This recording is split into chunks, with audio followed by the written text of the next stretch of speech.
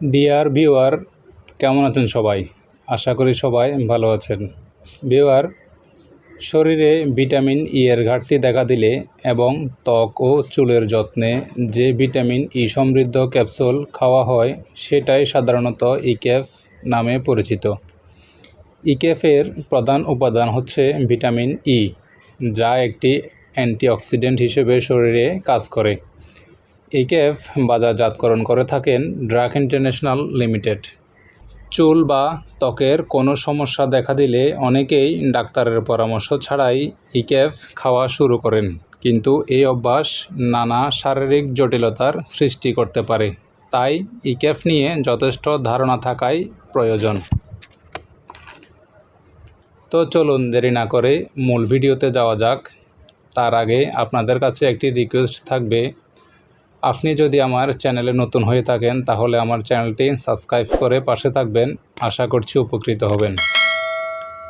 ইকেফ বা vitamin E এর কিছু উপকারিতা: ত্বকের সৌন্দর্য বৃদ্ধি, কোষ পুনরুদ্ধার, বয়সের ছাপ দূর করা, চুলের স্বাস্থ্য বৃদ্ধি, রোগ প্রতিরোধ ক্ষমতা বৃদ্ধি, নখের ভঙ্গুরতা দূরীকরণ, ক্ষতিকর বর্জ্য বের করা, চোখের সুরক্ষা, সেক্স স্টেরয়েড হরমোন বৃদ্ধি। অর্থাৎ যারা যৌন সমস্যায় ভুগছেন তারাও চাইলে ডাক্তারের পরামর্শে ইকেফ বা ভিটামিন ই ক্যাপসুল খেতে পারেন, কেননা বিশ্ব স্বাস্থ্য সংস্থার রিপোর্ট অনুযায়ী অতিরিক্ত সেক্সুয়াল মেডিসিন সেবন শরীরের জন্য মারাত্মক ঝুঁকি বা ক্ষতি।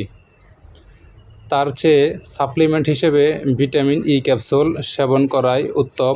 তার কারণ মানবদেহে ভিটামিন ই এর উপকারিতা অপরিসীম এবং এটি শরীরে অ্যান্টিঅক্সিডেন্ট হিসেবে কাজ করে।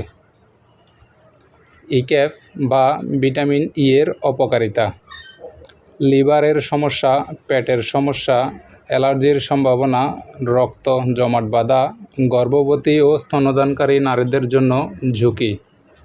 শরীরে ভিটামিন ই এর ঘাটতি দেখা দিলে ইকেফ বা ভিটামিন ই খাওয়ার প্রয়োজন পড়ে।